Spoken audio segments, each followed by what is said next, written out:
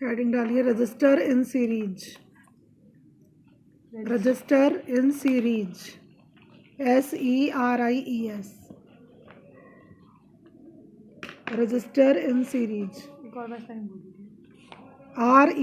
RESISTOR, register in series, SERIES.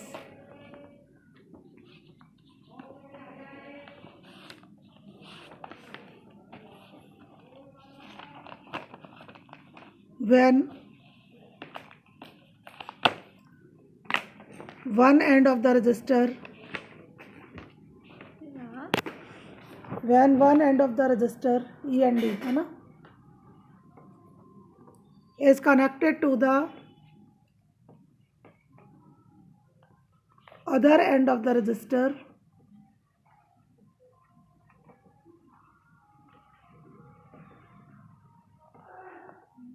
it is called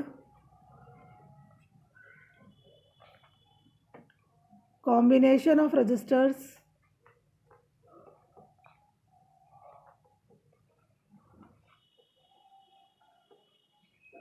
in series.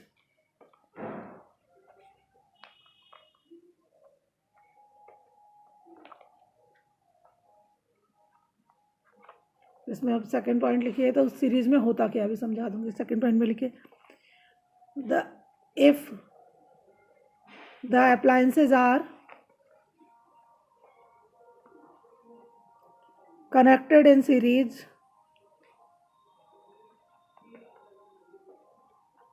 the same current will flow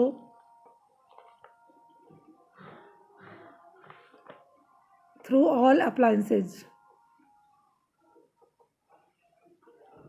तो ये तो बेकार हुआ ना। मान लीजिए आपका AC का भी वही करंट आ रहा है, बल्ब का भी वही आ रहा है, ठीक है, will flow through the all appliances.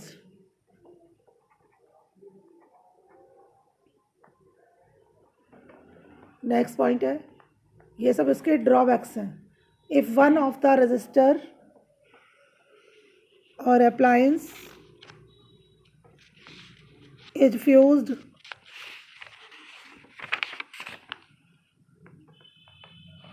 then THEN,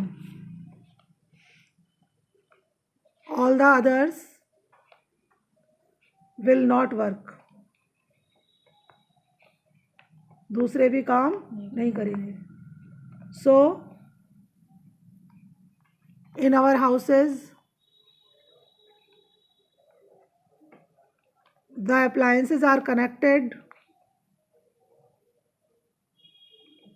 in parallel. हमारे घरों में किस में लगे रहते हैं? पैरेलल में।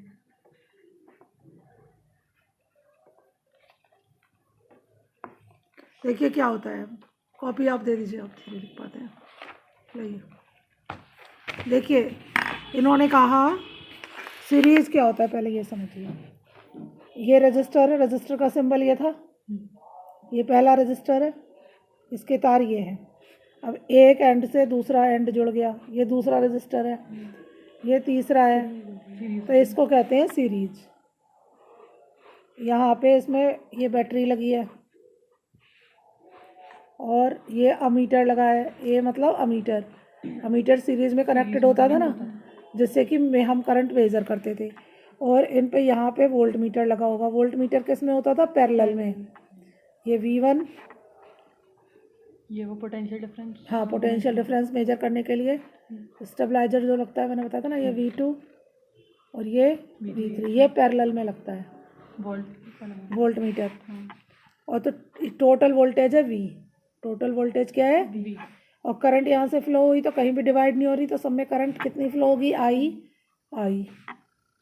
इसका रेजिस्टेंस मान लो R1 है, डिवाइड मतलब R2 यहाँ से सीधे तार में चली तो बीच में कहीं तार बटा ही नहीं है, ऐसे सीधे गई, तो फिर यहाँ पे नेगेटिव और यहाँ पे पॉजिटिव है। हाँ वो तो पॉजिटिव नेगेटिव तो होता है ना, ये पॉजिटिव होता है बड़े वाला और छोटे वाला नेगेटिव होता है।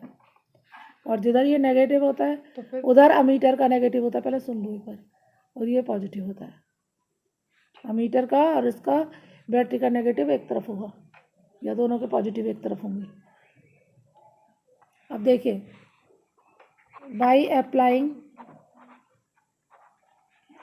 ओम्स लॉ, ओम्स लॉ पढ़ा चुकी मैं, V equal to I R, ठीक है। और उसमें टोटल V कितना है, V ये टोटल वोल्टेज है, इन सब की वोल्टेज ऐड होके टोटल वोल्टेज बन जाएगी V1 plus V2 plus V3, ठीक है। अब V1 ओम्स लॉ से क्या होगा, IR1, क्योंकि I तो सेम है, इसके लिए V2 कितना हो जाएगा, IR2, I2 नहीं आएगा, I तो सब में सेम है ना, V3 IR3। अब ये इक्वेशन 1 2 3 से V1 V2 V3 की वैल्यू इसमें पुट कर देंगे। इस इक्वेशन का नाम मान लो मैंने A मान लिया, ठीक है। पेज पलटो,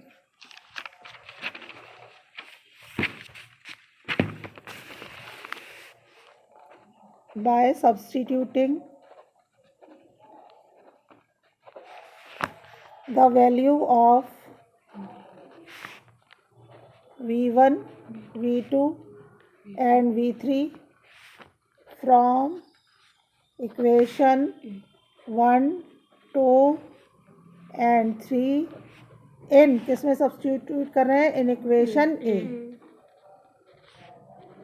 इक्वेशन ये थी V equal to V1 plus V2 plus V3, तो V1 क्या था, IR1 IR2 और ये IR, और V किसके बराबर था, IR के, तो V की भी वैल्यूज पुट कर दी हमने। ये जो IR है ये टोटल वोल्टेज, हाँ टोटल है ना, R सब में अलग अलग होगा। हाँ रेजिस्टेंस तो अलग अलग है ना, सीरीज में करंट सेम है ना, तो R सब में अलग अलग कैसे, जब वो तीनों सीरीज में एक जैसे कनेक्ट, तो करंट ही तो एक सी फ्लो हो रही है, रुकावट तो कोई अप्लायंसेस लगे हुए हैं ना, सब अप्लायंसेस की अलग अलग पावर होगी ना।